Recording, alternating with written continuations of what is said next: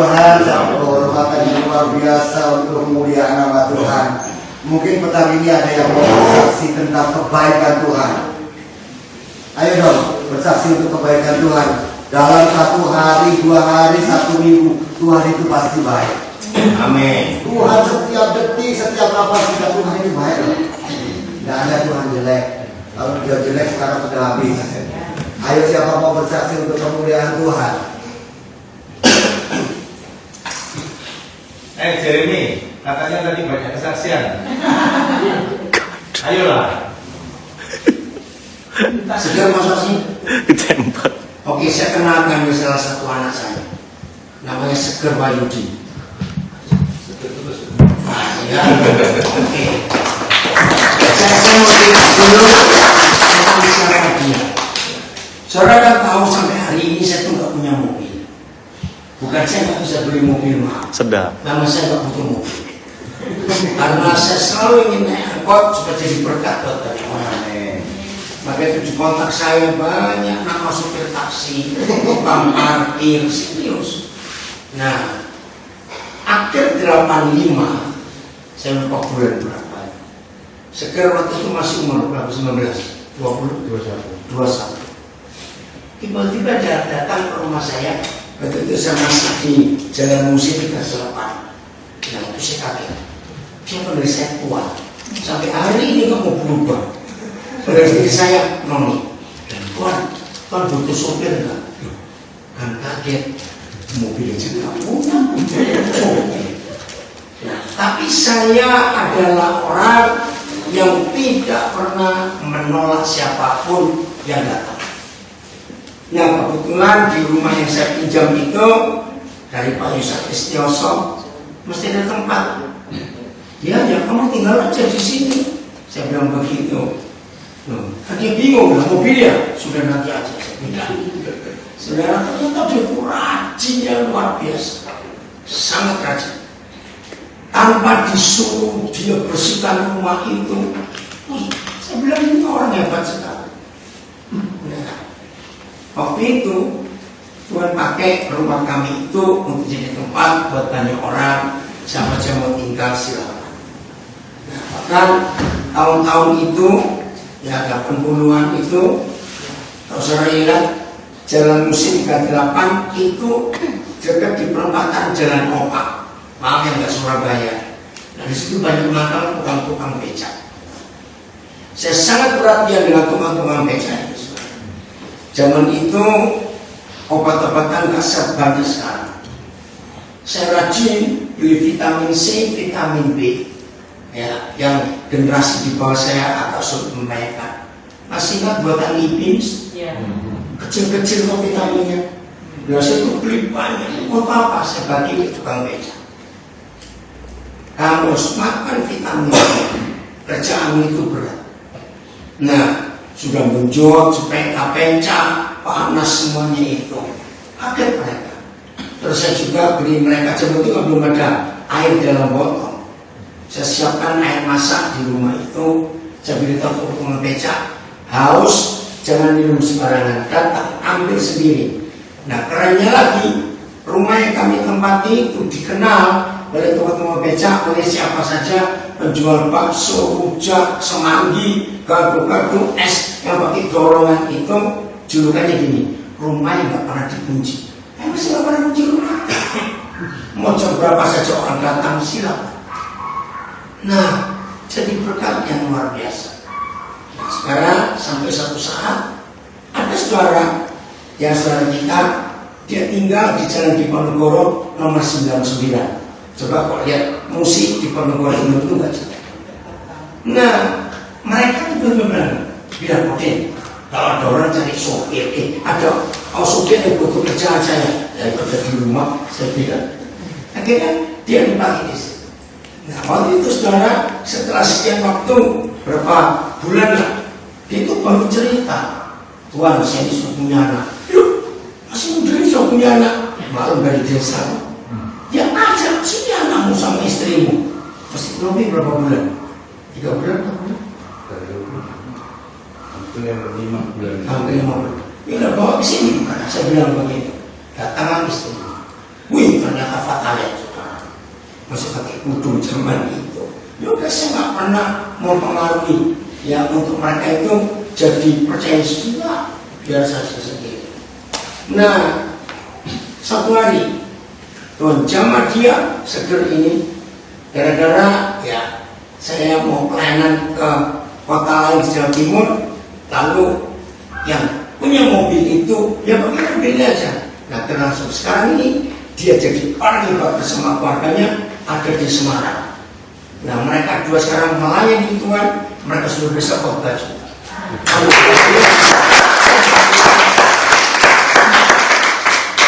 Anak kandung cuma 3, tapi Tuhan beri anak-anak banyak. Total berapa besar? 6. Nah, ya. Nah, hebat sekali. Kemarin dari Bandung. Oh ya, satu lagi. Sudah sekarang kamu cerita. Ya, ayo. Gimana kamu bisa percaya Tuhan Yesus? Saya. Ya. Salam saudara-saudara. Halo. Saya mau bersaksi tentang kenapa saya jadinya dulu ya enggak muslim karena percaya. Amin. Ya tadi sudah bilang sama Tuhan mulai tahun 85 saya masuk Surabaya. Saya tidak punya siapa-siapa, tidak punya kenalan siapa-siapa. Saya itu dibawa sama neneknya istri saya. Neneknya istri saya itu kerja di Iwan. Sekarang bisa tidak diganti jangan Tuhan? Nggak bisa mereka. Baginda. Biasa, jadi dimanapun ya Tuhan saya panggilnya. Akhirnya saya dibawa sama neneknya istri saya itu, mau kerja di Surabaya mau. Karena waktu di desa itu memang banyak masalah ya, kan supir truk. Jadi wah masalahnya banyak. Ya mungkin bapak-bapak ini pernah punya supir truk, ya mungkin kayak gitu kelakuannya. Karena belum percaya Yesus.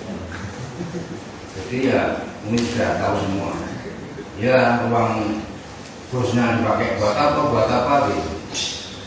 Itu ya saya bukan membongkar kejelekan sopir ya, memang itu saya lakukan dulu. Jadi saya sekarang kenapa kok saya percaya Yesus? Ya pertama pada waktu itu saya itu masuk di rumahnya Tuhan itu memang tidak ada mobil.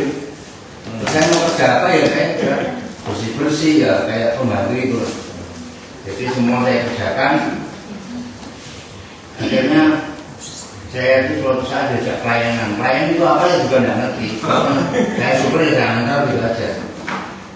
Itu pertama saya kenapa kok saya ikut Yesus itu. Pada waktu itu mungkin di Jember atau Jember ya situ, daerah timur sana. Pada waktu itu saya kan sopir. Kenapa kok saya tidak tidur sama satu kamar sama Tuhan sama anak-anaknya? Saya kaget, saya mau tidur di mobil aja Tuhan. Oh tidak bisa. Akhirnya tidur sama-sama. Yaitu Pasti tidak bisa tidur. ya. Ya itu, awal saya mikir ini Yesus, Tuhan kan percaya Yesus, berarti, nah itu saya sudah mulai gelisah. Kok ada orang seperti ini? Saya ikut beberapa bos di mana-mana tidak ada. Ya kamu itu terserah mau di mana kalau suruh ngantar bos. Kadang disewakan apa hotel yang kecil itu.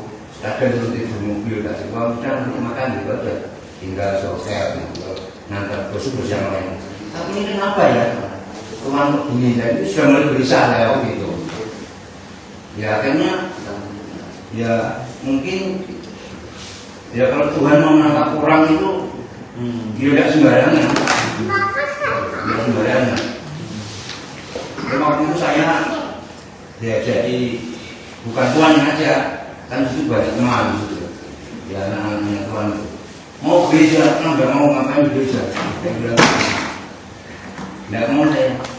Kalau nanti saya di pasar gereja saya pulang lagi aja, kayak apa keras itu.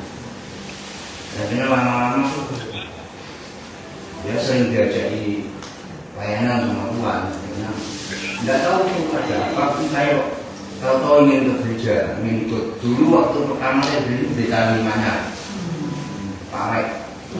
Itu baru pertama. Itu yang ngajak juga anaknya pokoknya namanya Yonggi. Pendekar Yonggi kan tangannya satu. Iya. Akhirnya saya mau gereja. Paksa, iya dipaksa sih. Diajak jangan mau aja. Pokoknya ikut-ikutan gitu. Waktu itu ngapain kok? Uang persembahan gitu. Kalau maaf ya di masjid kan ada kokaknya depan, kalau itu kan muter gitu. Ya. Saya nggak punya uang. Mas Yogi yang ngirim Mas Yogi. Dan nggak apa-apa, nggak apa-apa. Dan sudah, ya itu mulai perdebatan saya. Terus akhirnya lama-lama saya ditanya Tuhan, kamu minta gaji berapa loh? Ditanya itu, saya nggak minta gaji kan? Ya sudah, nanti kamu butuh apa-apa ngomong sama saya. Ya, sebelum saya pergi itu kan saya waktu kecelakaan, terus urusan polisi apa itu sapi sawah jual semua habis. Akhirnya saya bilang sama Tuhan, saya dulu punya sapi, tak jual buat urusan polisi. Dia nanti beli, akhirnya saya kasih uang buat beli sapi. Saya tidak pernah hitung, saya kerja berapa bulan, berapa tidak pernah hitung. Dan Tuhan ini enggak, dari rumah. Jadi umpama kalau sekarang 1 bulan gaji, bulan ini kadang nggak di rumah, saya terima gaji apa? Jadi iya, nggak pernah keluar. Terus akhirnya uang saya itu di rumah, kalau di rumah di desa, dia diberikan. Kebaikan Tuhan itu luar biasa.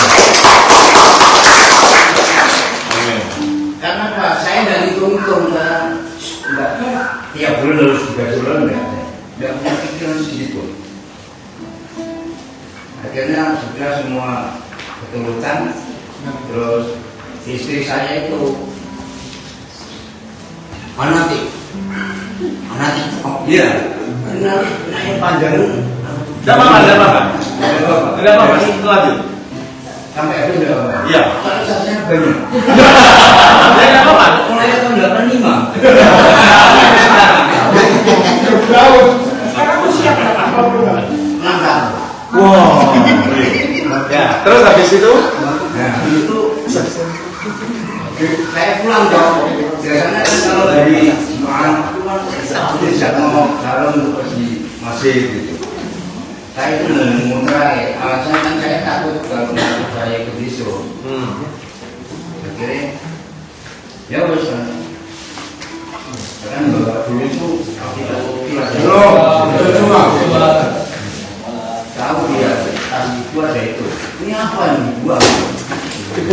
Dibuang makan dulu. Kalau makan yang sama makan dulu.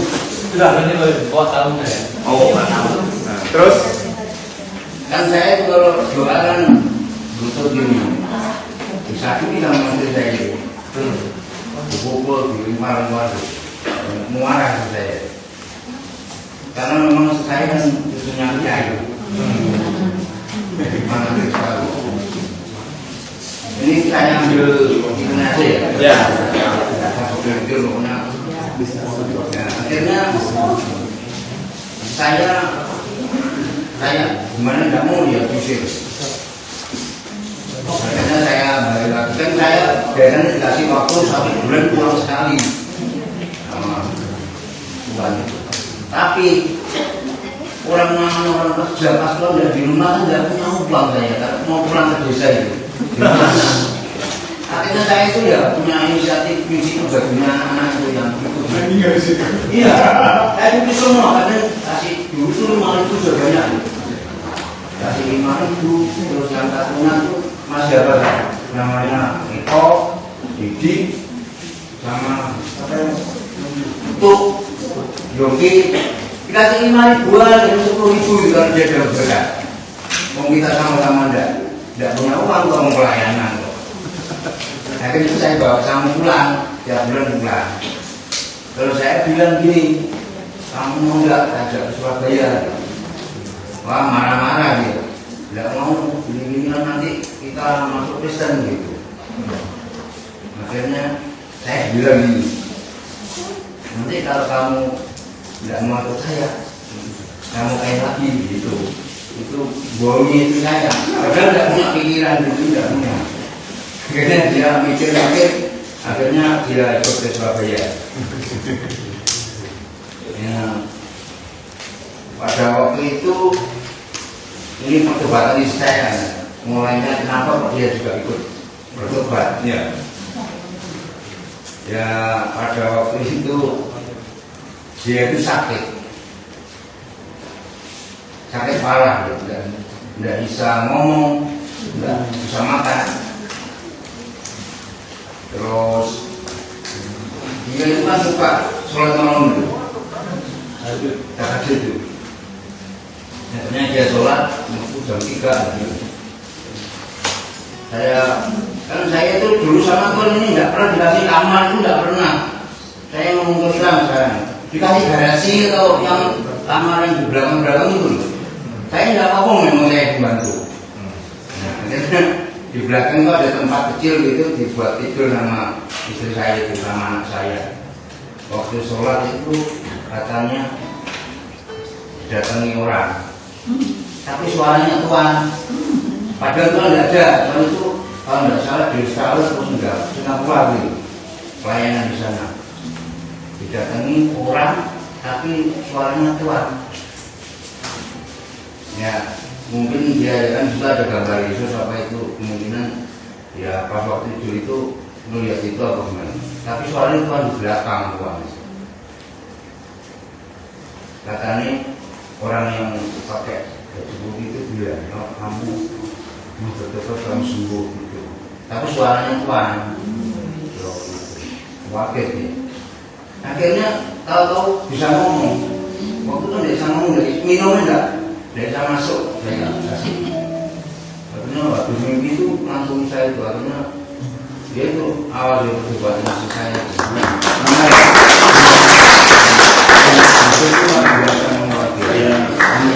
Itu bukan saya itu udah langsung ke situ, udah saya itu masih berontak lagi, pulang lagi ke desa lagi, pulang lagi ke desa, ada masalah lagi di desa. Nah, terus pamitan saya minggat lagi ke Surabaya, tapi nggak ngomong kalau ke Tuhan. Akhirnya saya ikut teman saya di terminal itu. Terus si bandel itu, si bandel. Iya, belum bertobat minggu dong masih. Akhirnya mertua saya sama istri saya itu musuh ke rumah Tuhan, nyari, tapi tidak ketemu, saya nggak ada di situ. Terus akhirnya Tuhan itu bohongi, mungkin itu nggak tahu Tuhan atau ada malaikat Tuhan yang nyuruh ngomong. Sudah, terus kembali ke tak berikan trek, bayangkan. Itu katanya mertua saya, padahal Tuhan itu nggak ngomong. Mertua saya bilang, kamu suruh kembali ke Pak Daniel, Tuhanmu mau diberikan trek. Saya langsung balik lagi. Kerja biasa kayak biasanya itu. Nah akhirnya ya sudah kembali lagi, terus ya namanya orang Tuhan itu kalau mau menuntun orang itu Diberikan. Gambarnya. Terus akhirnya saya itu mulai berguru sama Tuhan, mulai ya sama istri saya mulai satu bareng. Ya ini cerita yang ini. Pada waktu itu mau gereja lagi di Betani, kan istri juga saya ajak ke Betani, mau naik demo, kan tidak ada biaya. Naik demo dari Dr. Stomo sampai Betani, turun di Batam, tiap bahkan seperti itu. Tidak tahu dulu tuh udah ada yang minjem mobil. Sekarang itu Tuhan tiap malam pinjam sama orang-orang. Dengan saya, tidak ada. Terus akhirnya saya itu ini masalah persumbangan gini. Punya uang 10.000, mau istri saya itu kan orangnya pulipor. Apalagi baru bertobat kan, kalau sekarang Sampai juga ngerti lah. Saya punya uang 10 itu tak mau sumbangan semua. Begitu pulang ditanyain, mana mau dibayar bukan bayar? Bingung. Duh, bisa masuk semua. Kamu itu kayak orang kaya aja. Uang 10 itu kasih semua. Kamu ada di bingung gimana nih? Sampai rumah dimarahin. Sampai rumah dimarahin. Terus habis itu sampai rumah tahu-tahu ada temannya kamu namanya Pembing. Nanya itu telepon sama istri saya. Nah, manggil itu Pembing. Ya Pembing. Nah, manggil istri saya itu, nah, pemboknya gitu dulu pada. Ditelepon tahu-tahu. Maka Pembing, ini masih ngamuk sama saya kalau orang tak kasih nomor semua. Berartinya Pembing itu telepon. Nah, kilo aku suruh Tuhan ngasih uang kamu. Wakil dia. Wakil. Ternyata dikasih 100.000.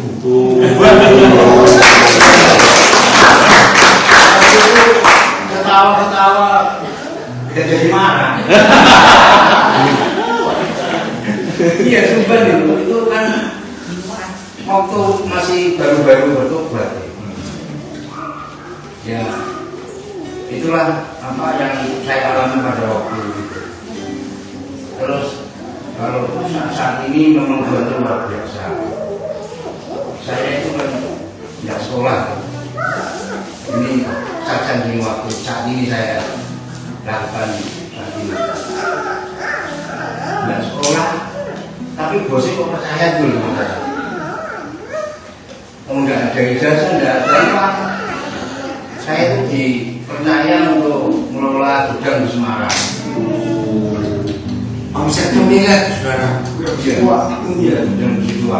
Omsetnya miliar. Tapi saya tidak tahu uangnya. Saya cuma ngomong ada artinya. Saya cuma ngomong aja. Saya tidak bisa nyok karena saya tidak bisa apa hitung banyak. Loh, gimana tuh Pak kamu? Kamu cari orang anak bosnya. Iya, anak bos saya. Jadi anak buah saya itu S1 semua.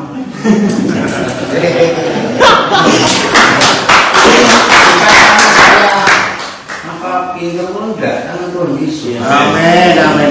Itu ingat pada waktu saya belum mengenal Yesus, ngepel apa bersih-bersih di rumahnya Tuhan itu. Oh itu ya dulu saya susah. Saya tinggalin anaknya saja. Anak saya juga sekolah semua, pinter-pinter. Bapaknya enggak sekolah tapi anaknya iya sudah jadi cuma ini yang ini belum yang kecil ini masih SMA yang lainnya sudah kerja.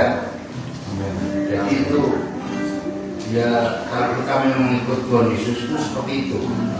Susah enggak apa-apa kita lakukan, yang penting kita tulus, yang penting kita Amin. Haleluya. jadi nanti Tuhan itu pasti akan mengangkat kita. Bayangkan sekolah SD masa tahu uang miliaran tidak tahu saya, tapi di buku-bukunya itu miliaran mau bos itu kok bosnya percaya sama saya, mau saya bawa ahli gimana itu bos. Sampai sekarang ini lagi sakit bos tua, tadi makanya dia itu juga kemurahan Tuhan. Saya itu tidak tahu kok dia dikasih klien seperti itu, karena saya apa melihat Tuhan. Semua orang ditampung semua, saya tampung semua orang. Terus yang sebelum ke pabrik itu saya juga merawat yang menuruni saya Pak Freddy itu 18 tahun saya. Terus orang itu namanya Pak Freddy. Jadi saya itu tidak pernah pulang. Kalau saya tidak pulang nangis. Saya tidur sama dia sampai 18 tahun. Terus akhirnya ya kemurahan Tuhan yang rumah yang di Surabaya itu tidak diberikan Tuhan, tapi diberikan sama orang yang sakit anaknya. Soalnya gini, waktu itu hari raya, hari Natal, Pak nggak usah pulang kasihan Bapak ya. Jadi anak-anak itu kadang sama bos itu kasih uang, sudah mau liburan kemana? Gitu. Anak-anak saya tetap di situ. Tapi saya punya pikiran gini, orang itu pasti ada merdekanya. Jadi saya berjuang tapi anak istri saya enak. Jadi kamu mau pergi kemana disuruh sama bos itu. Sudah anak istrimu suruh pergi ke Bali atau kemana, dikasih uang. Tapi kamu jangan kerja. Anak istri saya senang, saya itu ngurus orang sakit. Itu kan namanya perjuangan. Itu 18 tahun dipanggil bos saya itu dipanggil Tuhan. Terus kemungkinan anaknya itu mungkin ya mengerti saya. Sebetulnya itu tidak punya rumah. Suruh ikut tuannya ini, tuan rumahnya juga dipinjami orang. Anak saya banyak. Iya. Tuan ini kan punya rumah besar tapi dipinjemin. Saya suruh ikut gitu. Akhirnya saya bilang, Tuan, saya ini sudah dijaga rumah sama Bosi. Saya enggak ikut tuan. Saya mau ke rumah sendiri masa. Saya suruh tidur garasi terus. Saya bilang gitu. Kalau ikut tuan suruh tidur garasi saya. Akhirnya saya nggak bisa, kayak bisa gitu. Tapi tetap melayani. Terus akhirnya saya diberikan rumah di malam itu. Saya kembali sekarang itu. Nah, saat ini bos saya tua itu sakit lagi. Makanya sebetulnya saya itu sudah kembali ke Semarang sebelum merawat bos itu dulu di rumah sakit. Nah, saya lihat di Facebook Tuhan kok main di Surabaya ya. Selama tidak pernah ketemu. Ya sudah, ya datang dulu nanti. Kamu habis itu baru ke rumah sakit gitu. Ya saya datang. Akhirnya sudah ketemu dan bisa masih Di sini dibeli Puji Tuhan.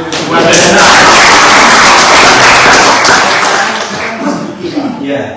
Ini Mas Eger ini orang yang paling berkesan. Waktu pertama kali ketemu Papa, itu Mas Eger. Jadi saudara yang paling pertama saya kenal itu Mas Eger. Waktu itu Mas Eger baru Semarang. Iya.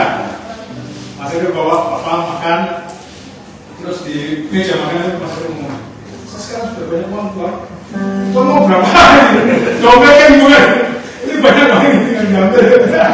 Itu satu pengalaman yang luar biasa setelah Papa cerita tentang latar-belakangnya Mas Eger. Wah itu jadi jadi role model untuk saya juga. Jadi saya itu sekarang ikut Bapak itu sekarang banyak belajar dari kasih Tuhan. Terima kasih. Puji Tuhan. Satu hal yang luar biasa kalau Tuhan mengasihi kita. Gak ada yang mustahil sedikit pun. Kalau saya mau sedikit saksi nanti waktu terlalu lama. Saya sama Yongpat ini tahu. Saya asal saya sendiri. Saya itu orang yang gak karu-karuan.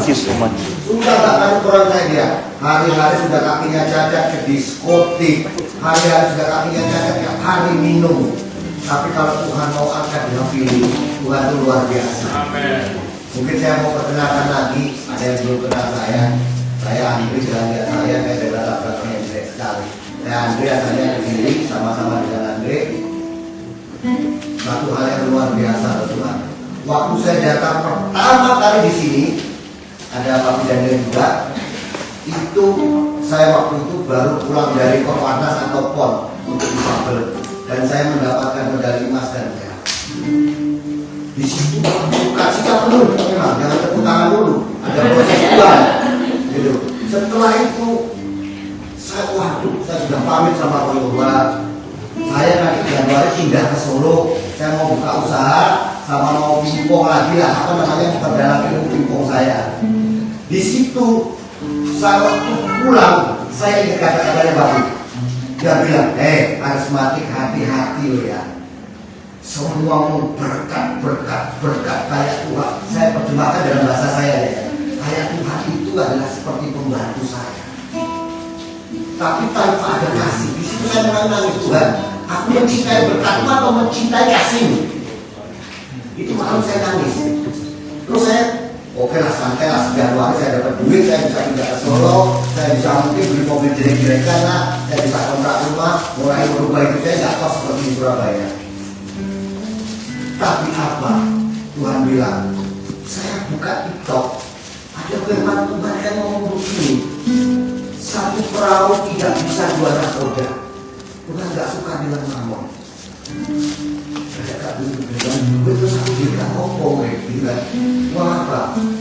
Tapi di situ pun ada satu pendeta yang ngomong begini, pada dasarnya engkau kerja itu bukan cari duit, tapi engkau kerja itu adalah tugas yang dikasih Tuhan untuk kemuliaan nama Tuhan. Kalau engkau kerja dan nanti kamu punya perspektif untuk kemuliaan nama Tuhan, engkau makin diberkati. Bukan cari duit, akhirnya engkau pikir. Makanya teman-teman ngomong, jangan kau ingin kaya, kau akan masuk dalam berbagai macam percobaan. Di situ saya mulai Tuhan, ajaran mencintai kau lebih dari itu. Di situ Tuhan ngomong lagi loh, saya buka TikTok lagi loh, TikTok tak buka, ada kakaknya juga TikTok kan. Buka TikTok, Tuhan ngomong gini, biarpun kamu bisa berbahasa malaikat Rasul Paulus ngomong, dan kamu membakar tubuhmu, kalau tidak ada kasih dalam dirimu, sia-sia itu. Tadi saya mau berangkat ke sini, saya berdoa Tuhan, aku mau berangkat. Tuhan, apa sebenarnya kau inginkan dari saya seorang yang difabel, atlet difabel, apa yang kau inginkan? Tuhan bukakan saya satu firman berkata begini, pada aku datang yang kedua kali, aku tidak membutuhkan engkau kaya, anakmu berpangkat, hartamu banyak, tapi Tuhan ngomong apa? Adakah iman kepadamu? Betul ya Pak Dadian? Hari ini saya bukan soal hidup saya bukan sebaik-baiknya saudara, mungkin bayangkan saya ngomong. Jangan lihat saya, tapi lihat Tuhan yang mengasihi kau. Jangan bangga kalau kau kaya, jangan bangga kalau kau punya jabatan tinggi. Di waktu Tuhan ingin menaikkan gampang, tapi di waktu Tuhan mau bangkit Tuhan gampang juga. Saya dulu orang cukup 24 tahun, tapi Tuhan banting sampai ke karuan. Tapi di situ saya menemukan kasih Tuhan yang hari ini saya katakan. Tuhan mengatakan, boleh kau cukup, boleh kau punya kekayaan, tapi ingat, itu akan sia-sia kalau kau mempertahankan itu. Tetapi kalau ada kasihmu, di waktu Tuhan bilang anakmu, waktunya kau pulang, tambah, ayo pulang. Tuhan tanya apa? Anakku dokter ya? Uangmu triliunan ya? Kamu pelayan udah dari mana aja? Kamu atlet pingpong di Babel ya? Nah. Saya tadi dikasih Tuhan sore, saya nangis waktu mau berangkat sini. Saat ini saya di kos saya minum kopi. Saya minum kopi itu saya masih meneteskan air mata. Tuhan bilang, aku datang kedua kali di dunia ini. Di mana imanmu? Kalau kau gak ada iman, wassalam saudara. Ya kan? Wassalam. Biar kamu hebatnya apa? Makanya saya bersyukur Tuhan pertemukan saya sama dengan Andre. Gak banyak orang punya uang seperti Andre mau begini. Buat duit. Ya kan? Untungnya apa? Melumpungnya uang, pulang-pulang nanti bisa Andre dirasani kok. Sego gua punya rasanya. Kan banyaknya seperti itu bisa jadi. Tapi Tuhan gak lihat itu. Kalau Tuhan mengasih segala sesuatu yang luar biasa. Makanya itu saya lagi ngomong. Di mana dari bulan yang lalu saya bersaksi bahwa saya dapat medali di PON, kayak peparnas PON sampai sekarang. Saya sampai bingung, sampai mau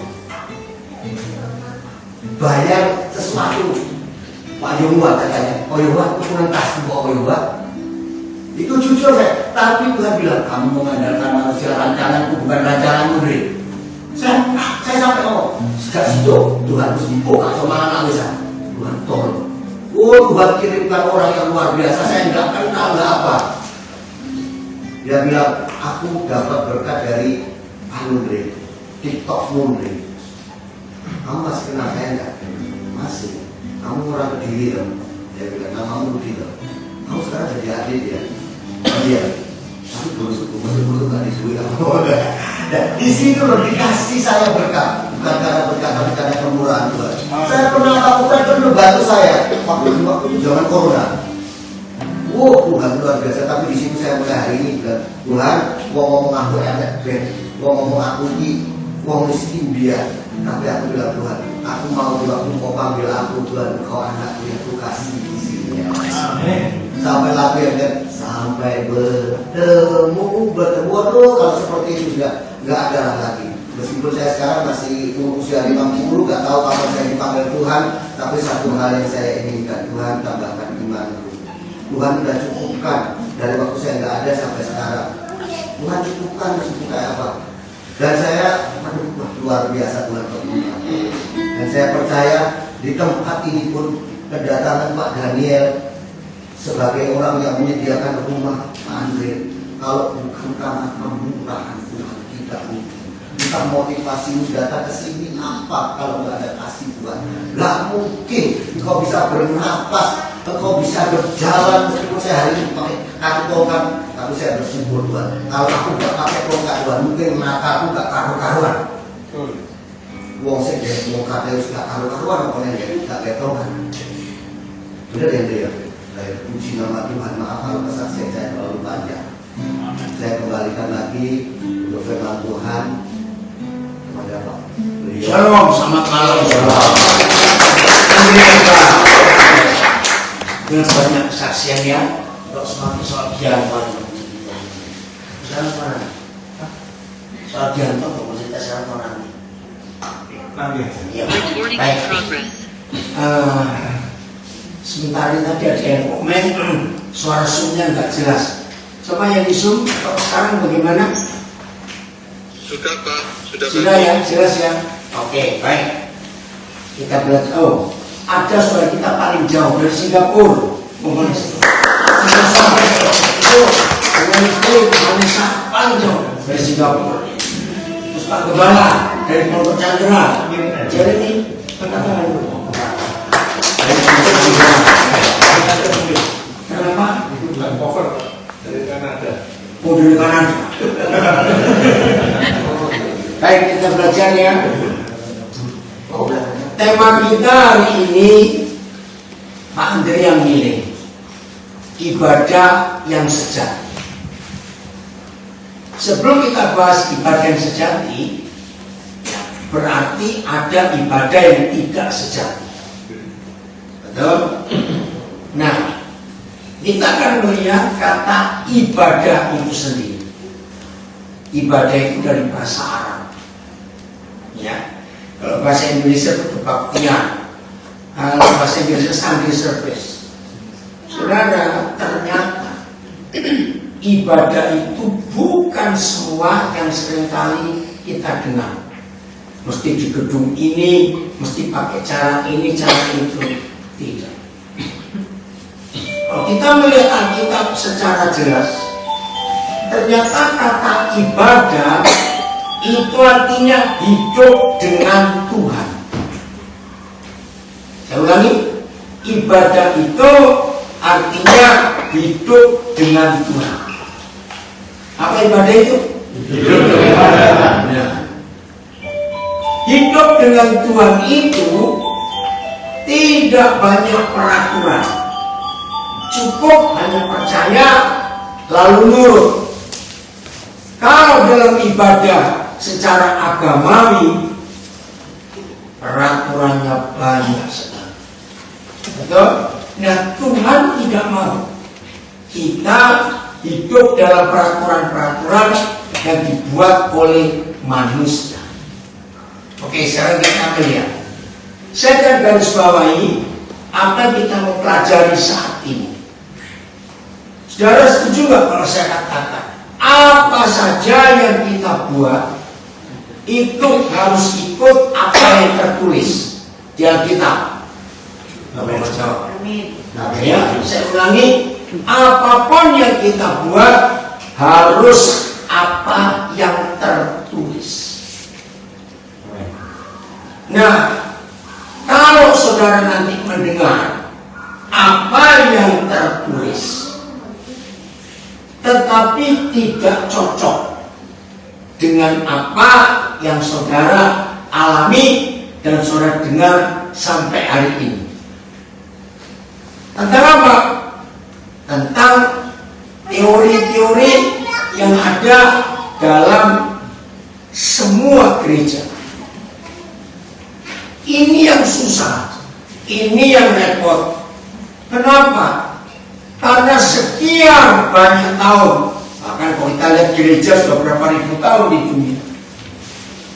Nah, begitu konsep itu ada di benak kita, lalu kita melihat Alkitab, ternyata nggak cocok. Nah, saya harapnya saudara harus berani membuang konsep yang selama ini saudara ikuti. Amin.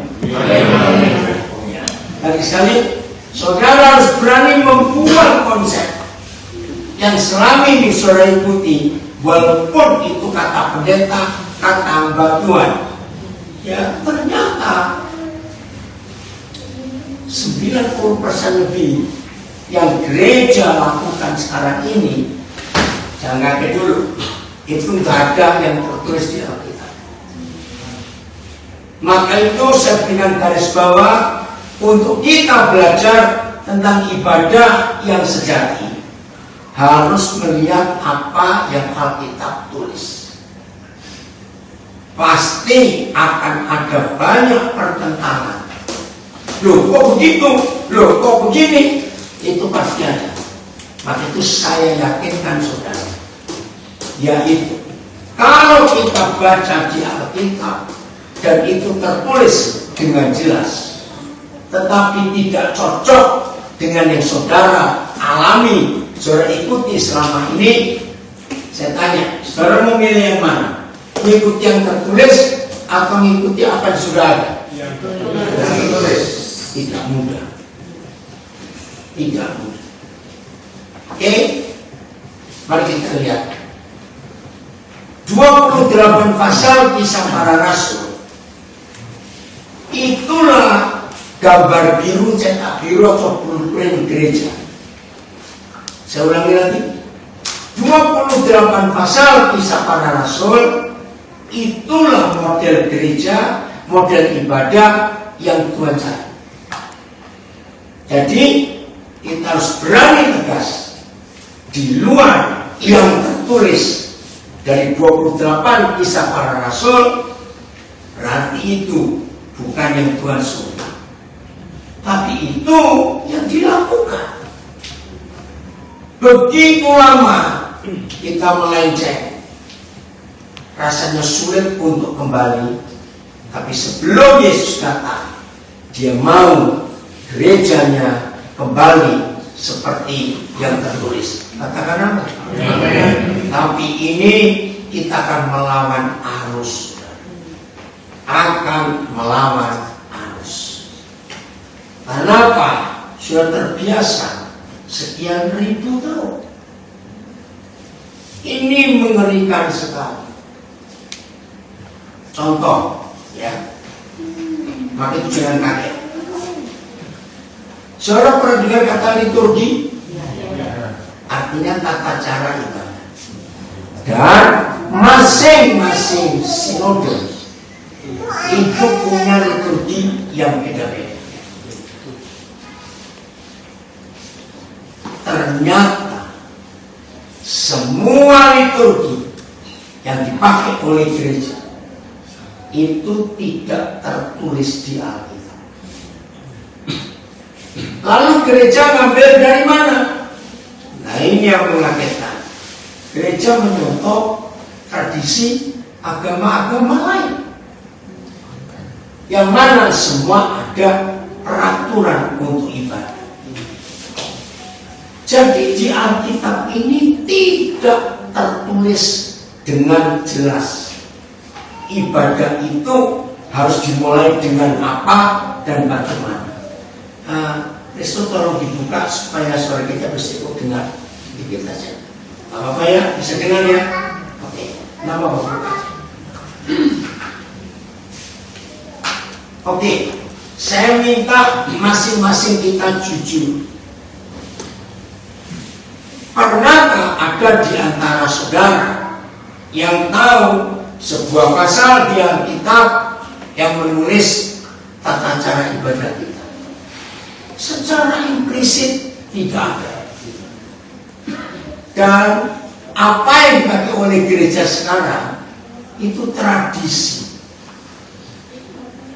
Nah, ini yang membuat kita susah untuk balik kepada yang tertulis itu. Karena sekian ribu tahun kita sudah melenceng jauh dari yang tertulis. Saya berikan pemikiran. Jadi kalau ibadah itu siapa mau ketemu siapa? Ayo jawab. Kalau kita ibadah itu siapa mau ketemu siapa? Jelas kita yang mau ketemu Tuhan. Kalau kita mau ketemu Tuhan, jangan kaget dulu. Harusnya siapa yang ngatur siapa? Pintar sekali jawabannya. Tapi faktanya kita yang ngatur Tuhan. Lihat, kalau yang punya liturgi dalam bahasa Indonesia ada P, ada J, terus ada P lagi. Nah, itu dia jemaat pendeta. Nggak usah ditutup adek. Iya, buka lagi. Nah, jadi pasti ada yang tanya, loh kalau gitu apakah liturgi salah? Jawabannya tidak salah, tidak benar. Jawabannya harusnya kita menurut Tuhan. Dia yang ngatur kita. Harusnya. Setuju? Nah, tapi yang terjadi, ini contoh salah satu dari sekian banyak yang gereja buat. Ternyata 90% lebih itu nggak tertulis di Alkitab. Bisa bayangkan ya betapa sulitnya kalau kita mau kembali ke yang tertulis ini. Pada sekian ribu tahun kita sudah terbiasa dengan hal-hal yang manusia buat. Nah, ini menyedihkan sekali. Sekarang kita akan belajar tentang ibadah yang sejati. Kita mulai dari Kisah Rasul pasal 2. Baca judul perikop ayat 42. Kisah Rasul 2 42. Perikopnya dulu. Tulisannya apa ini? Nah, cara hidup gereja yang pertama kan jelas sekali. Berarti kita seharusnya bagaimana? Yang ikut yang tertulis ini. Nah, tapi kita sudah begitu jauh untuk melenceng. Tapi bersyukur kita harus kembali kepada kebenaran. Baca ayat 42. Mereka bertepung. Ayo baca 1, 2, 3 bareng.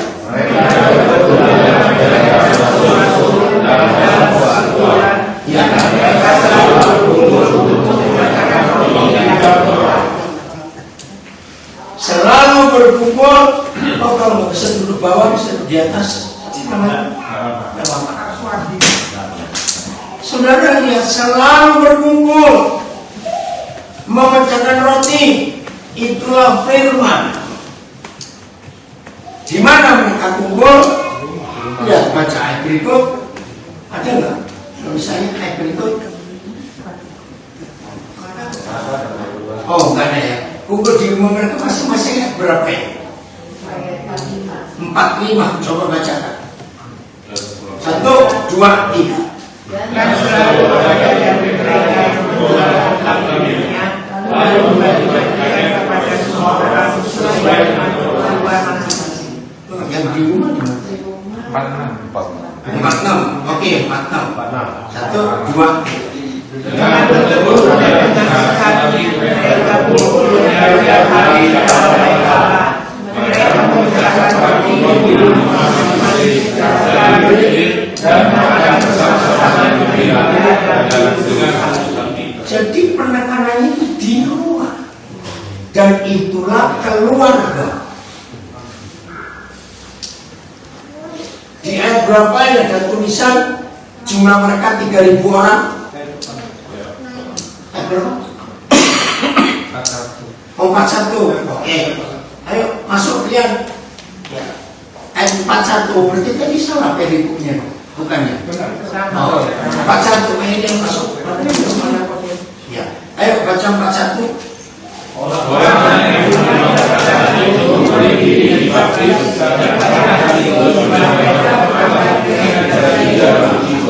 Jadi hari pertama gereja lahir di dunia itu jumlahnya sampai sini juga.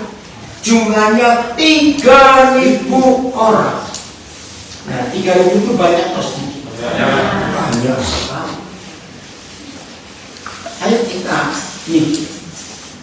Zaman itu di Yerusalem hanya ada 2 gedung yang besar. Satu bait suci, 2 istana Herodes. Pertanyaannya, itu sebagai pemimpin yang pertama, bisa nggak 3.000 orang kumpul di salah satu gedung ini? Nyewa atau apa? Bisa tidak? Jawab. 3.000 loh. Nggak bisa.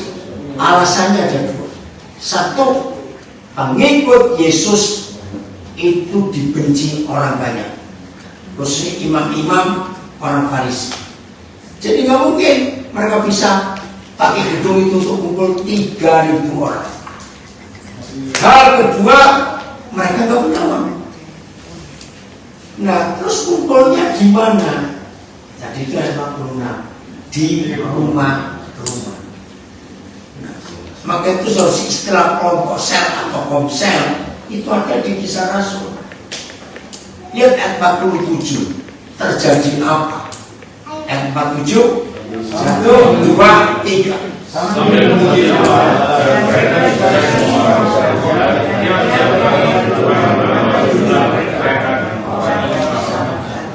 Tiap-tiap hari, saudara bayangkan, Tuhan menambah jumlah mereka dengan orang-orang yang diselamatkan.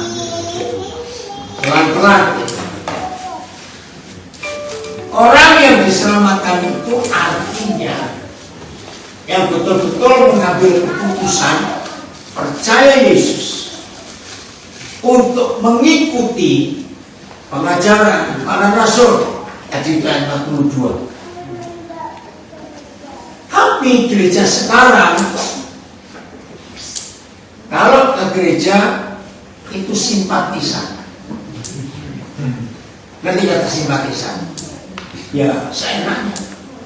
Apalagi bukan rahasia, sebagian besar orang Kristen itu menganggap gereja seperti rumah makan baru buka. Ngerti maksudnya? Ayo kita coba ke situ. Khotbahnya enak enggak? Gedungnya bagus enggak?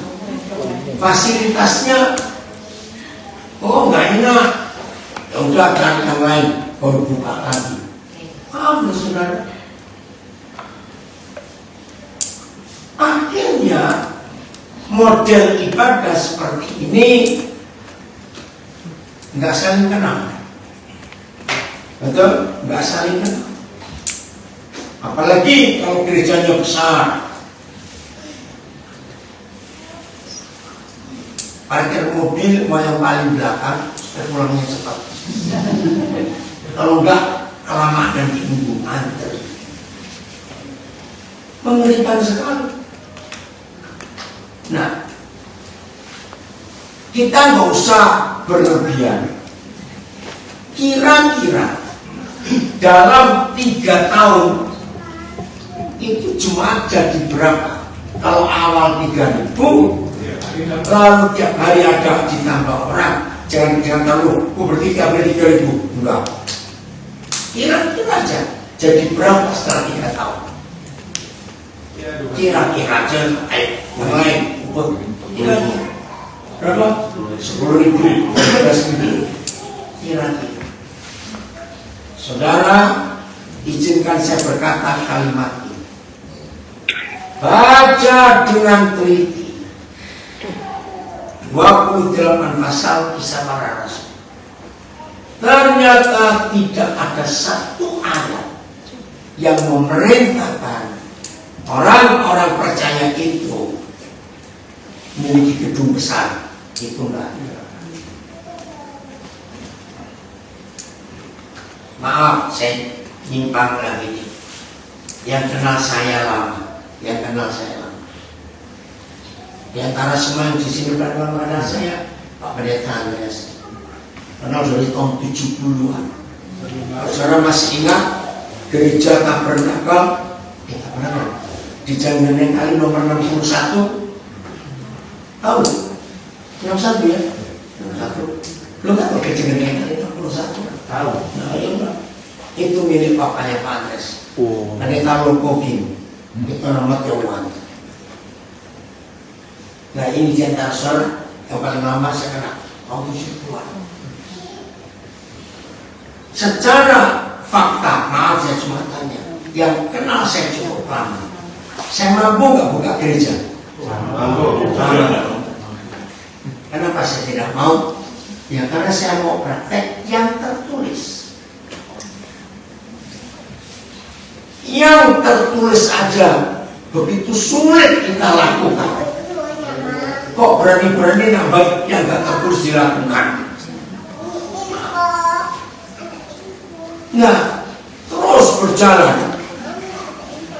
Lihat pasal 28 ayat 30 dan 31. Nah, ini luar biasa nih.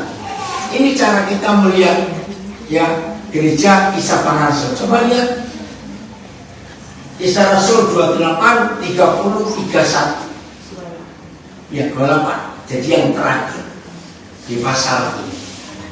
Menarik sekali untuk kita lihat. Udah, judulnya apa? Roma. Saudara, itu pertama kali Paulus di Roma. Dan zaman itu sampai hari ini kota Roma tetap menjadi kota besar dunia sampai hari ini. Roma itu pusat persimpangan internasional sampai hari ini. Kalau untuk wilayah Asia, Roma itu seperti Singapura. Dan itu luar biasa. Jadi Paulus sampai ke Roma dan menyatakan Injil Kerajaan Surga. Kita baca sama-sama ayat 30. 1, 2, 3.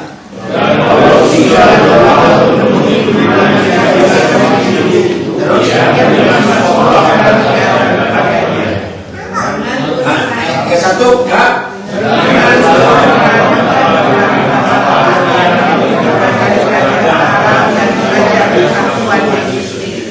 Pertanyaannya, menurut saudara ini gereja atau bukan yang Paulus lakukan? Nggak usah ragu-ragu. Nah, kenapa saudara ragu-ragu? Karena ada kata lima yang disewanya, kan bukan gedung gereja. Yo, betul nggak? Nah, di situ tadi nyantolnya itu. Karena sekian ribu tahun kita melakukan yang tidak tertulis. Begitu dibuka yang tertulis, kita bingung. Maka itu saudara ragu-ragu jawab. Buat saya itu gereja. Karena ada kalimat tanpa rintangan Paulus memberitakan tentang dan mengajar Tuhan Yesus. Tapi di rumah yang disewanya sendiri. Tadi waktu saya dijemput Andre dari Juanda, ada kalimat Asia ketika konsep ibadah itu pusatnya kepada gedung, sehingga tidak sedikit rekan-rekan gembala yang gerejanya kecil masih sewa merasa tertuduh. Dosaku apa ya? Kok nggak bisa beli gedung sendiri? Pernah dengar nggak ada gembala merasa tertuduh? Nah, ada Paulus. Saudara tahu nggak? Paulus ini orang kaya. Kalau kita pakai zaman ini, dia itu kontraktor hebat, dia itu developer. Kenapa saya berani nyebut itu? Karena dia kan tukang tenda, buat rumah, kan developer. Lu yang tidak jawab, saya tanya ini. Bayangkan orang sekaya Paulus nyewa rumah yang dibayar sendiri. Nah, ayat ini yang saya selalu pakai untuk menghibur saudara saya, sahabat-sahabat saya, para pendeta yang belum punya gedung sendiri. Saya bilang, kalau kamu ngasih kontrak, kamu itu saudaranya Paulus. Jangan merasa berdosa. Dan itu di rumah. Lalu perhatikan ada kalimat penting. Menerima semua orang. Ada tadi yang datang apa lagi? Jadi kembalikan di Kisah Rasul 2. Paulus bisa tiap hari nggak kebaktian? Bisa. Jawab. Ya sudah. Bahkan cari sampai robek di Alkitab saudara. Tidak ada kebaktian itu cuma seminggu sekali. Nggak ada. Kisah Rasul 2 tadi tiap hari. Jadi nggak cuma seminggu sekali. Karena di rumah. Nanti nggak pakai jam, terserah mau datang ajak ngomong cerita, itu luar biasa. Nah, ketika tadi suara dengar kesaksian segar, saya terima semua orang mau datang sini. Itu sungguh-sungguh hebat Tuhan kita. Nah, jadi ini konsep ibadah. Tahun 83 itu awal saya alamat dari Jerman. Hampir setahun saya nggak keluar Jerman. Pelayanan di antara mahasiswa Indonesia ini. Nah, kalau siang mereka kuliah. Nah, kalau saya nggak ada kerjaan, saya ke perpustakaan. Perpustakaan di Jawa itu perpustakaan. Sampai suatu saat di kota Bochum di Jerman bagian tengah. Saya di perpustakaan, di situ saya menemukan sejarah komunis. Saya syok. Ternyata kata komunis itu dari akar kata komuni. Orang Katolik pada komuni itu perjamuan kudus. Hah? Komunis dari akar kata komuni. Dan waktu saya baca sejarah komunis ini, betul-betul saya syok. Ternyata Karl Marx mendirikan paham komunis itu bukan anti Tuhan, justru dari ayat ini. Coba baca Kisah Rasul 2 tadi ayat 43. Ini kata komunis. Coba baca lagi. 1, 2, 3. Maka ketahuilah mereka semua Ya. dan rasul-rasul itu mengadakan banyak 44. dan orang yang percaya besar. Ini komunis. Segala kepunyaan mereka itu kepunyaan bersama. Kan itu sistem komunis yang dipakai. Dan Kisah Rasul 4. Kisah Rasul 4, 34 sampai 35. Iya, itu yang dipakai oleh Karl Marx. Hanya 7 ayat. Maka lahir komunis. Dan bersyukur kepada Tuhan, runtuhnya komunis. Desember 89, saya pun pas di Jerman. Dalam 8 dekade, ya, komunis menyatakan diri itu 1911 waktu revolusi Bolshevik, kekaisaran Rusia hancur, komunis berdiri. 1989 komunis runtuh sampai hari. Nah, terus saya tanya, Tuhan, kenapa mereka hanya pakai 7 ayat?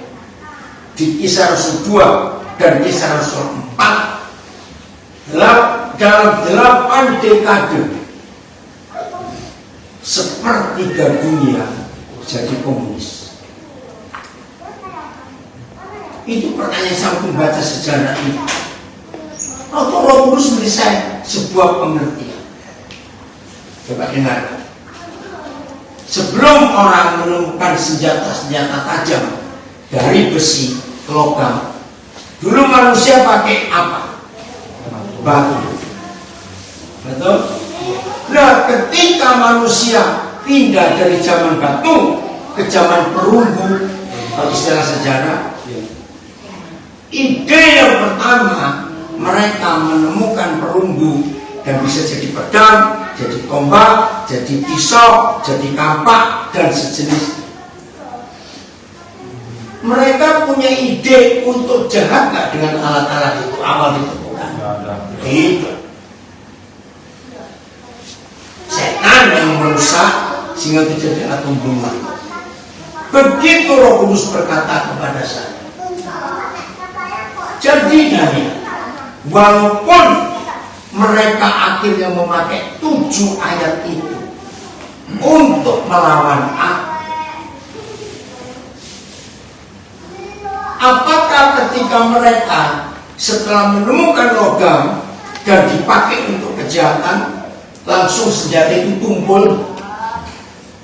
Jawab, tidak. Wih, saya kaget.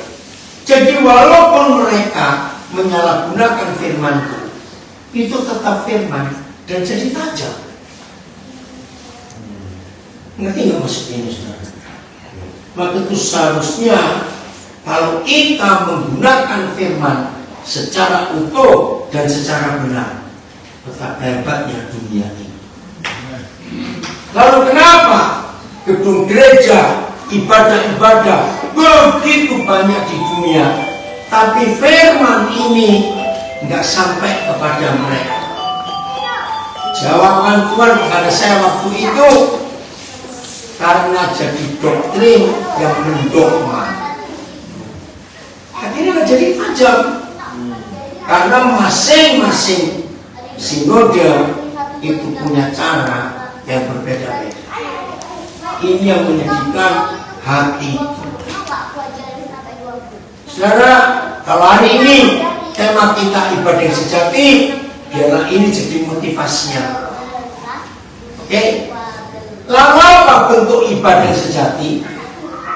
Coba kembali lagi Kisah Rasul 2 ayat berapa tadi? Mereka disukai semua orang. Itu ayat berapa?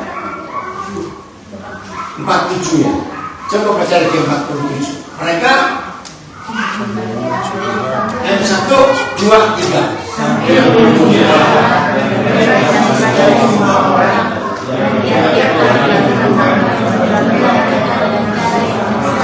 Ini loh saudara, disukai semua orang. Kenapa bisa disukai semua orang? Ayo, kalau saudara bisa jawab, kenapa disukai semua orang? Berarti punya dampak. Kalau nggak ada manfaat, nggak ada dampak, nggak mungkin orang. Lalu saya cari di Perjanjian Baru firman yang mana menunjukkan gereja itu punya dampak. Buka Wahyu 21 ayat 3. Wahyu 21 ayat 3. Keren sekali. Nah, inilah ibadah yang sejati. Ya, ibadah yang sejati bukan cuma gedungnya bagus, AC-nya sejuk, kursinya empuk, sound sistemnya bagus. Tidak. Kalau gereja seperti itu tidak berdampak keluar, maka bukan gereja di mata Tuhan. Udah baca 1, 2, 3.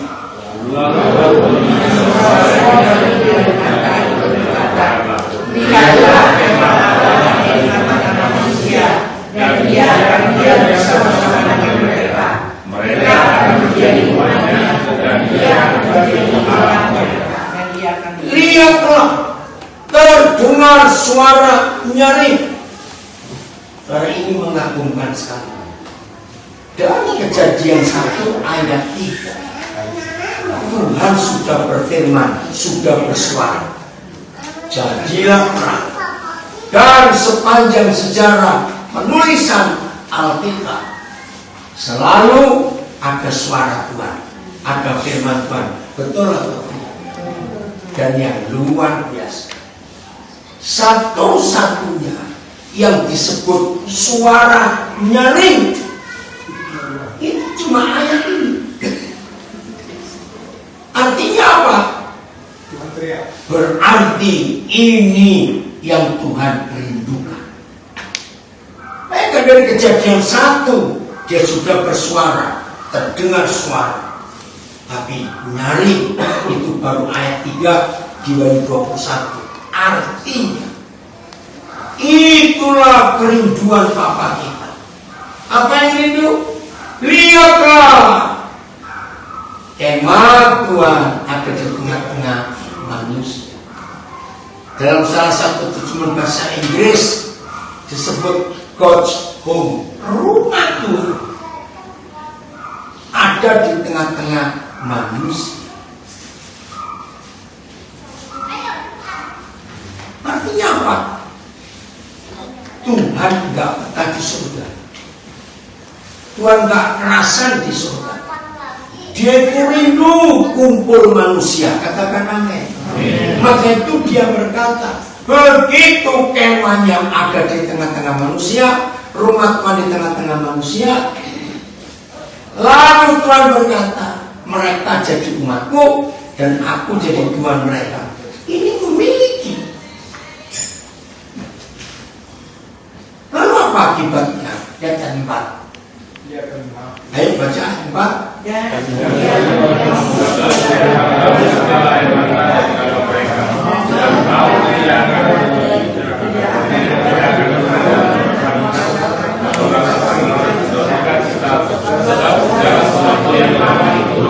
Amin. Saudara tolong catat, ibadah yang sejati bukan pemimpin pujiannya hebat, musiknya indah, lalu ada urapan Tuhan terus merinding-merinding, nangis. Tidak. Lihat ayat ini. Di mana ada gereja, ada ibadah yang sejati, maka orang-orang di sekitar kita tidak bisa menangis lagi. Manusiawi enggak? Loh, saya tanya, manusiawi enggak? Jadi tugas gereja bukan membuat ibadah yang dari kita untuk kita. Selalu Tuhan minta dampaknya keluar.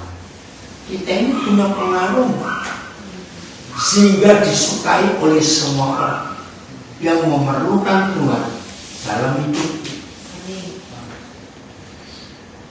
Kalau saya cerita ini,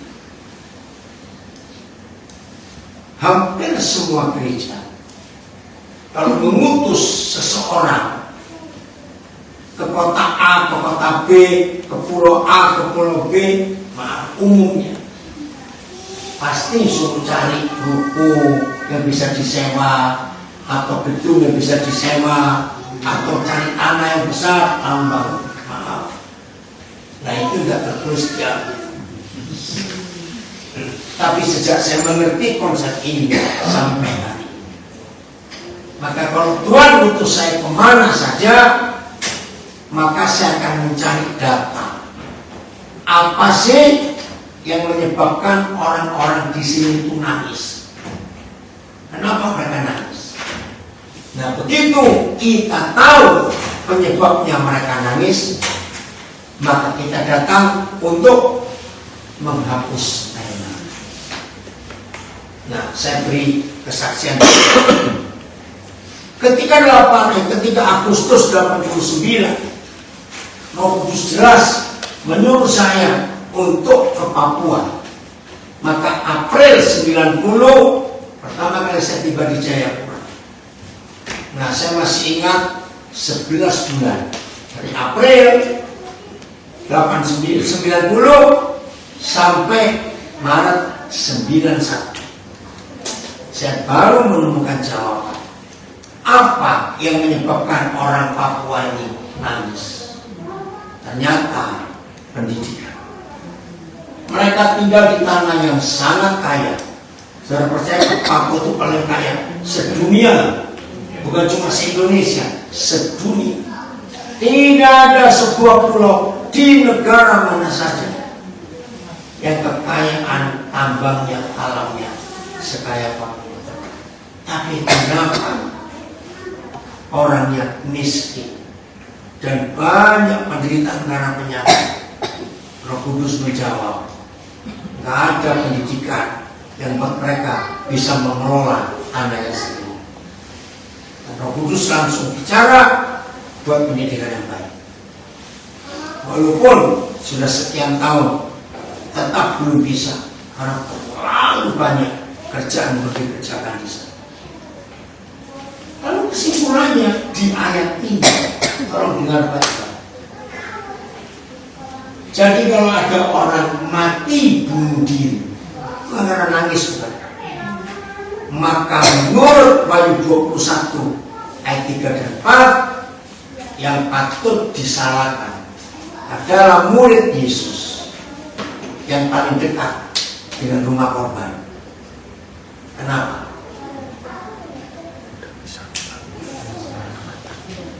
Nggak bisa jadi jalan keluar. Iya, nggak bisa jadi jalan keluar, nggak bisa memberi solusi. Padahal cuma tetangga kita. Wih, waktu Roh Kudus bilang itu, ampuni saya. Seharusnya di mana ada kita murid Yesus yang tahu jalan, karena hanya Yesus satu-satunya manusia yang pernah berkata, akulah jalan. Maka orang yang nggak ketemu jalan itu pasti putus asa. Betul atau tidak? Pasti putus asa. Karena nggak ketemu jalan.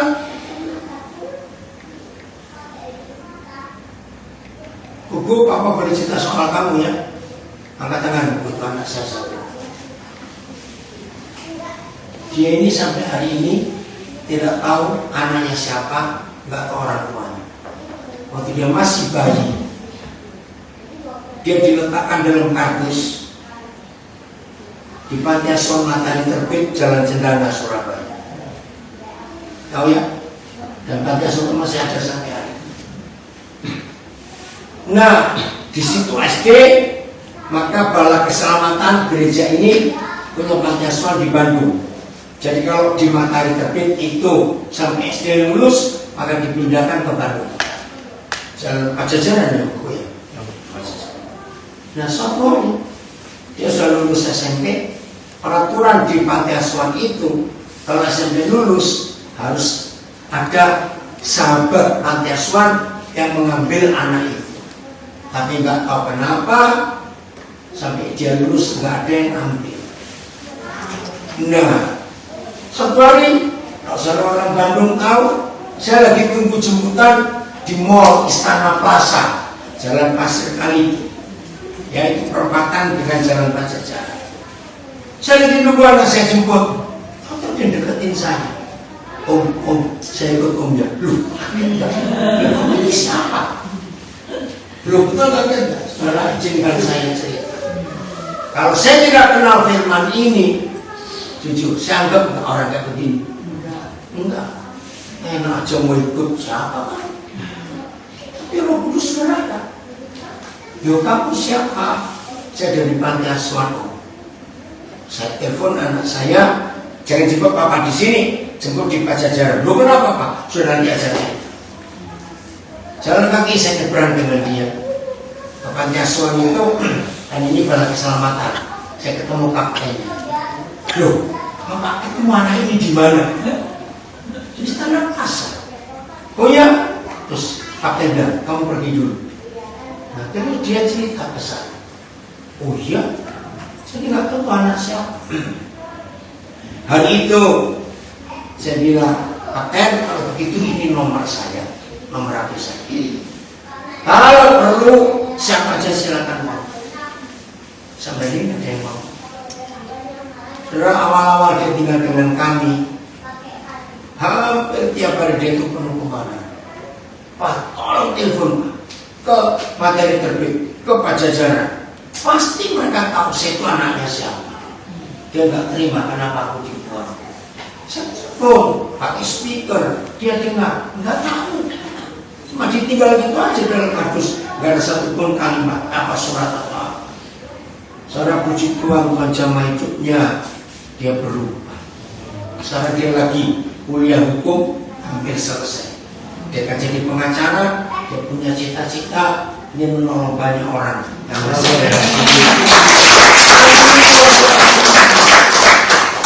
Suatu hari dia bilang, Pak, saya punya calon. Saya bilang, siapa yang mau sama kamu? Terus saya ngomong apa dengan dia?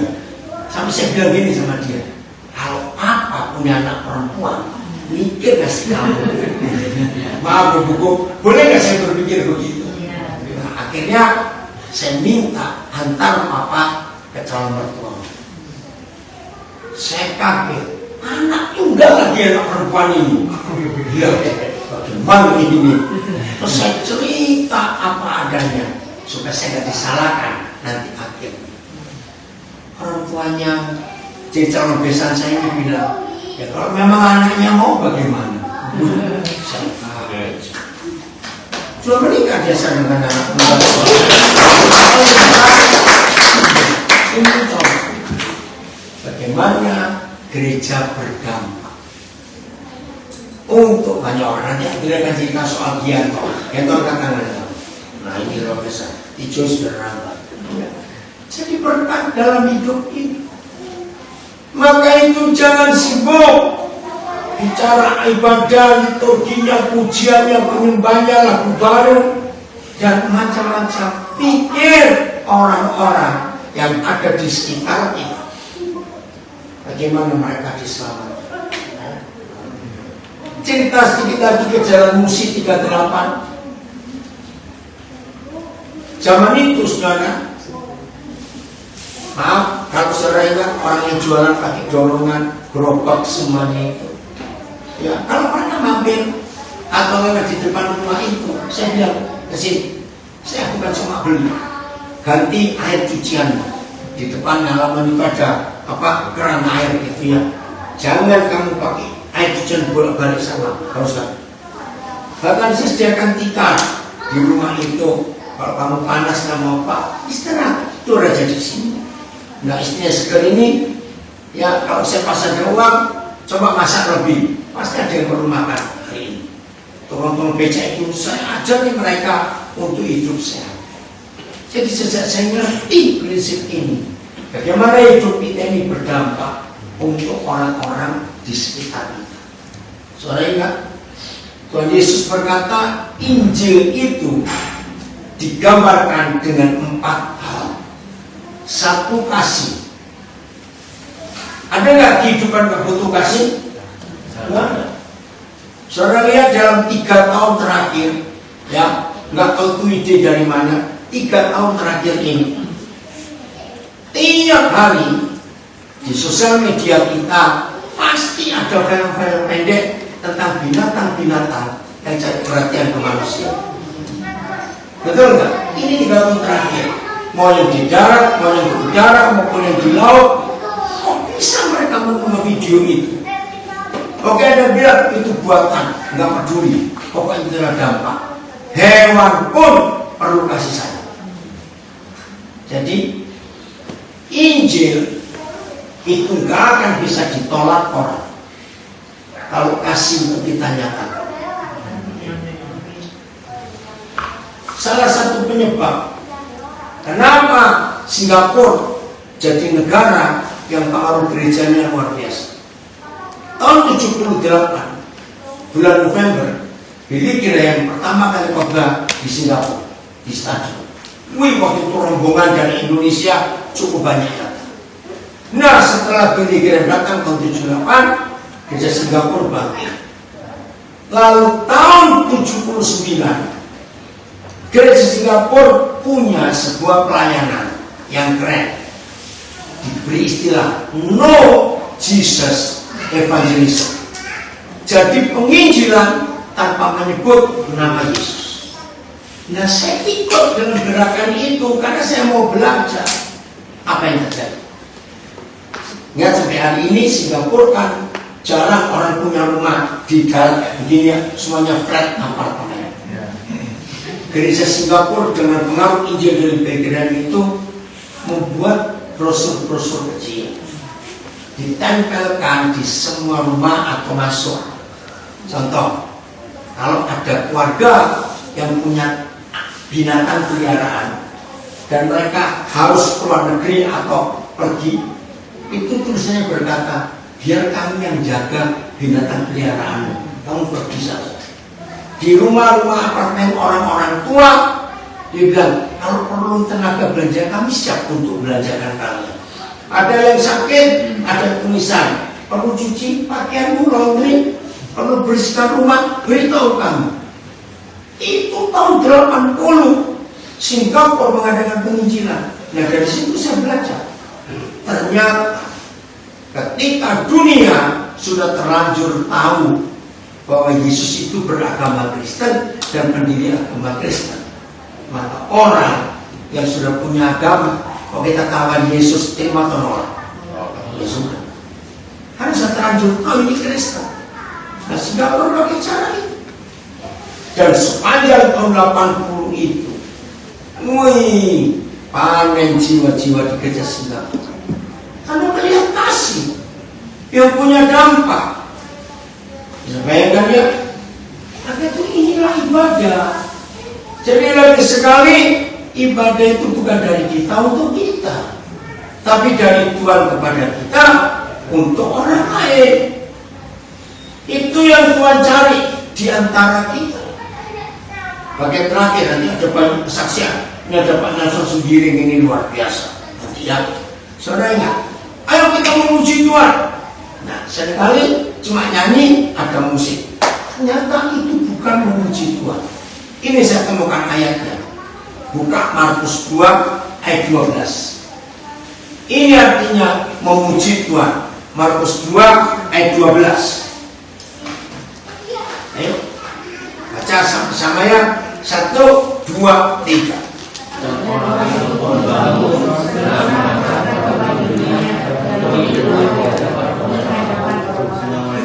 Ya.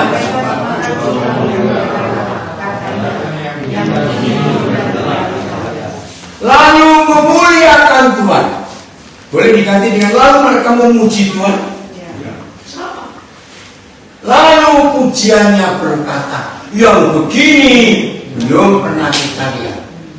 Saya tanya kepada saudara, kalau ada orang-orang berkata yang begini belum pernah kita lihat, berarti yang dikerjakan Yesus itu monoton, ulang-ulang sama atau yang baru?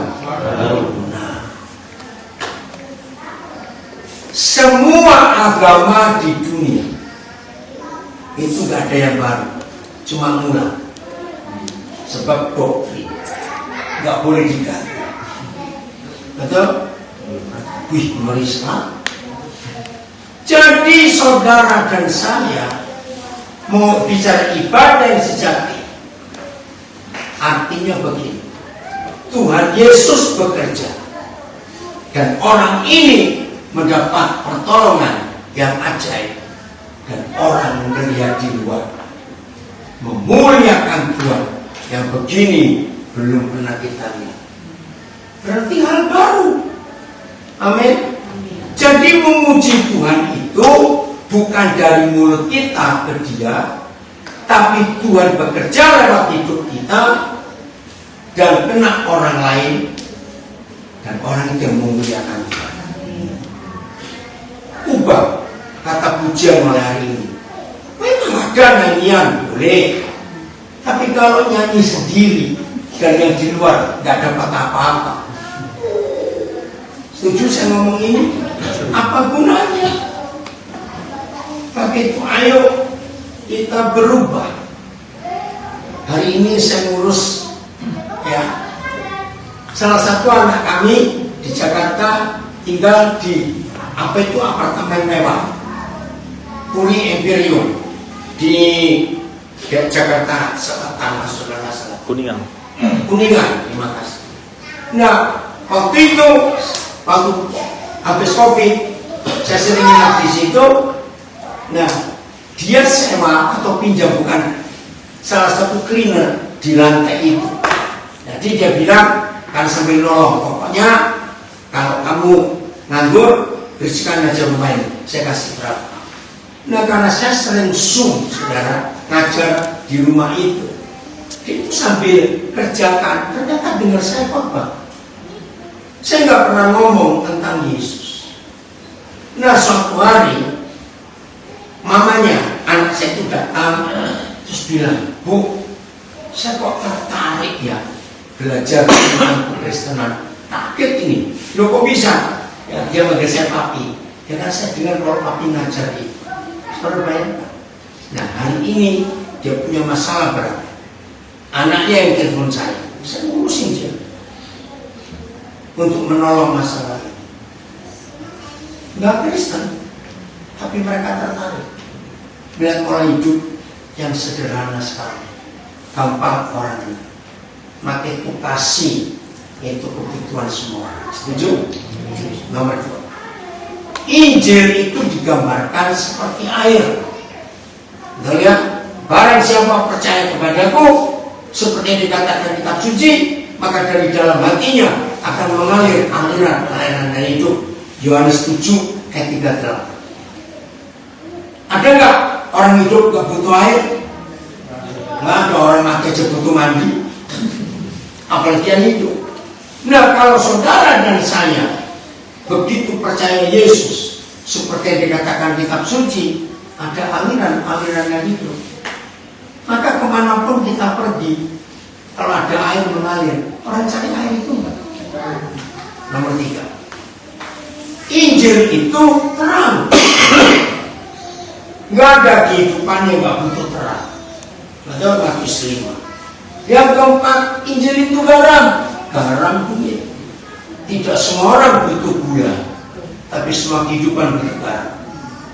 Nah, sekarang bayangkan, kalau Tuhan Yesus berkata, Injil itu kasih, air, terang, dan garam.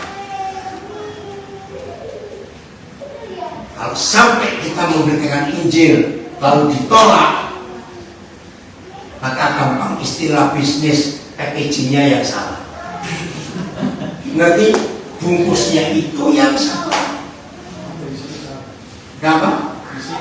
Bukan, isinya betul. Kalau itu bungkusnya, contoh, gampang saja. Contohnya ada sales ya, yang dekati saudara. Pak, Bu, mau beli perfume, saya jual minyak wangi.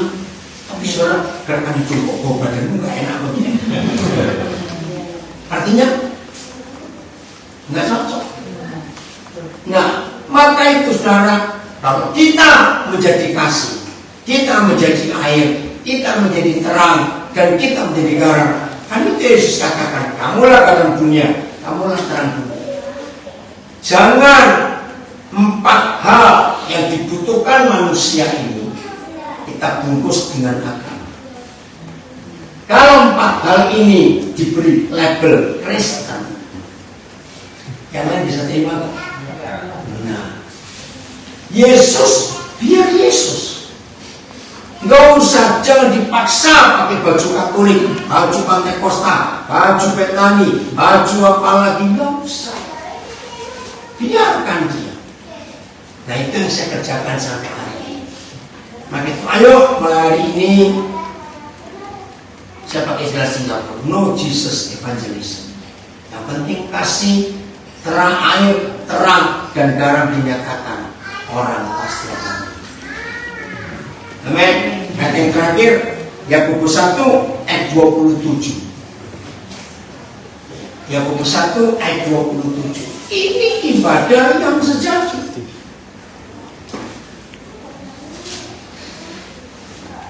Ya, 1, 2, 3.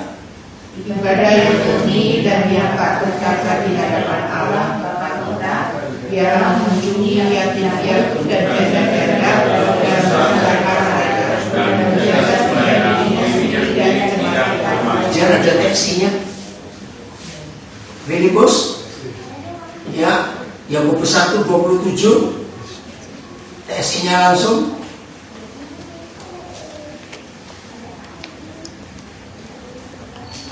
Belum. Film gimana film? Yang ada. Vanessa tolong baca. 27. Cara beragama yang sempurna Oh.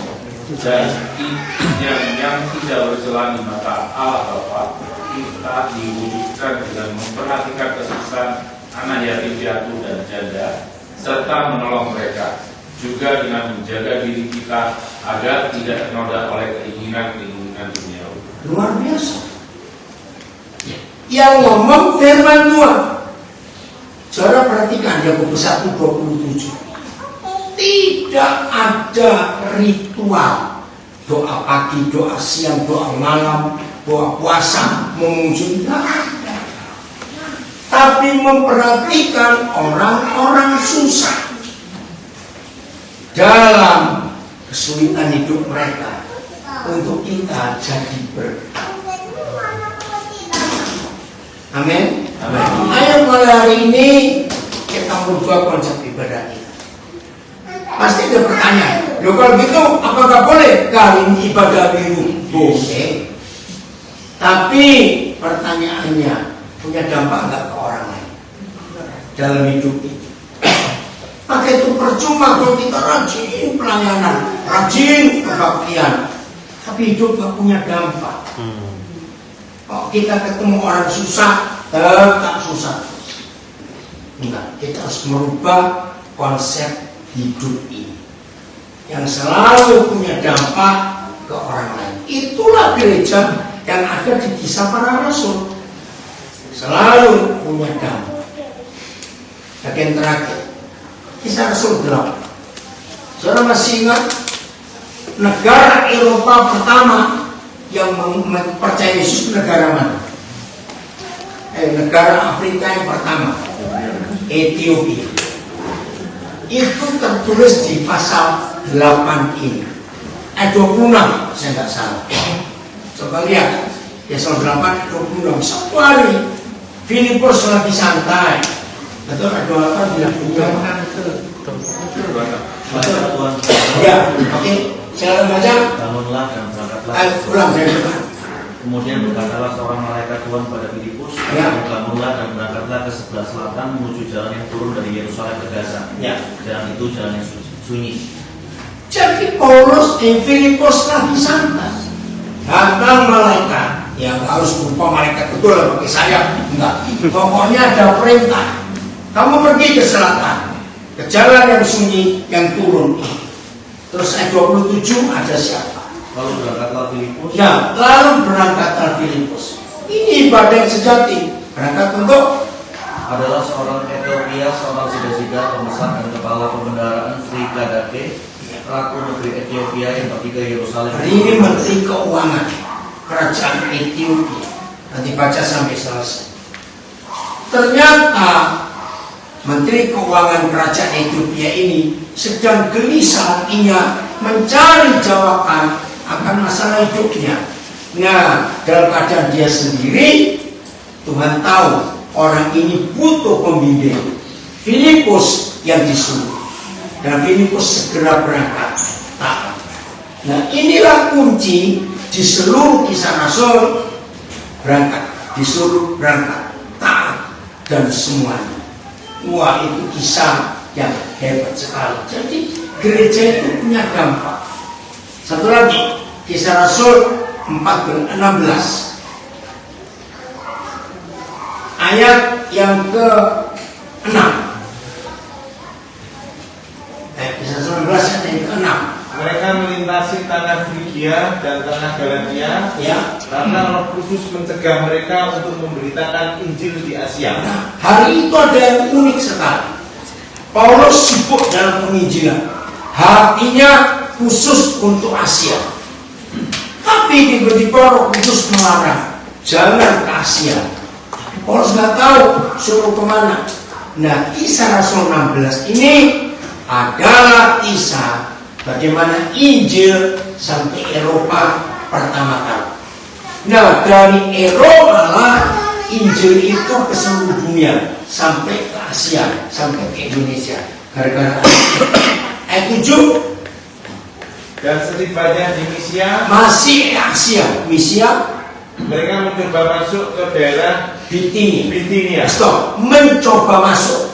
Berarti Paulus ngapain? Berusaha, kan dia nggak tahu. Tetapi Roh Kudus tidak mengizinkan mereka. Bukan Roh Kudus. Roh Yesus. Roh Yesus tidak mengizinkan mereka. Aneh bukan? Jadi dia bingung.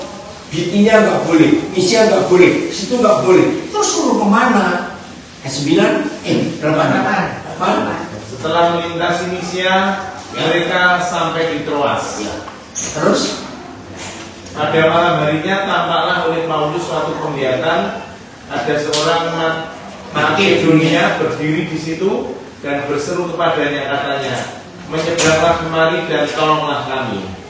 Makedonia itu wilayah Eropa yang pertama, dan itu berbatasan dengan Turki, dan nama itu masih sama sampai hari ini. Dari mana Paulus tahu itu orang Makedonia? Dari pakaiannya. Hari ini orang Eropa. Nah, ketika dia memaksa ke Misia, Bitinia, kemana lagi Galatia, nggak boleh, sampai Troas. Itu kota terakhir Asia sebelum masuk Eropa. Pada malam harinya, berarti sepanjang hari itu Paulus berusaha ke kota ini, kota itu, tetap nggak boleh. Tapi dia belum tahu suruh kemana. Nah, begitu sampai Troas itu malam hari, mau nggak mau dia harus diam. Nah, saya menemukan istilah yang luar biasa. Berbahagia saudara kalau Tuhan izinkan. Nah, waktu malam gunakan istirahat. Jangan memaksa Tuhan, karena Tuhan akan bicara sesuatu. Pada malam harinya Paulus diberi sebuah penglihatan. Nah, saya sering tanya, jadi Paulus tidur atau tidak? Enggak, kalau tidur Paulus bermimpi. Jadi dia berdoa. Maka itu lihat ayat 11, ada kalimat bagus. Lalu kami bertolak dari ayat 10. Setelah Paulus melihat penglihatan itu, segeralah kami mencari kesempatan. Nah, segeralah mencari kesempatan, terus untuk berangkat ke Makedonia. Karena dari penglihatan itu kami menarik kesimpulan bahwa Allah telah memanggil kami untuk memberitakan Injil kepada orang-orang di sana. Haleluya. Kami menarik kesimpulan. Berarti Paulus belum tahu suruh kemana. Maka Injil masuk Eropa hari ini. Berarti ibadah yang sejati tidak bicara tentang ritual, pujiannya, doanya, pertanyaan, tidak. Ibadah yang sejati bicara tentang dampak gereja ke sekitarnya. Bagaimana?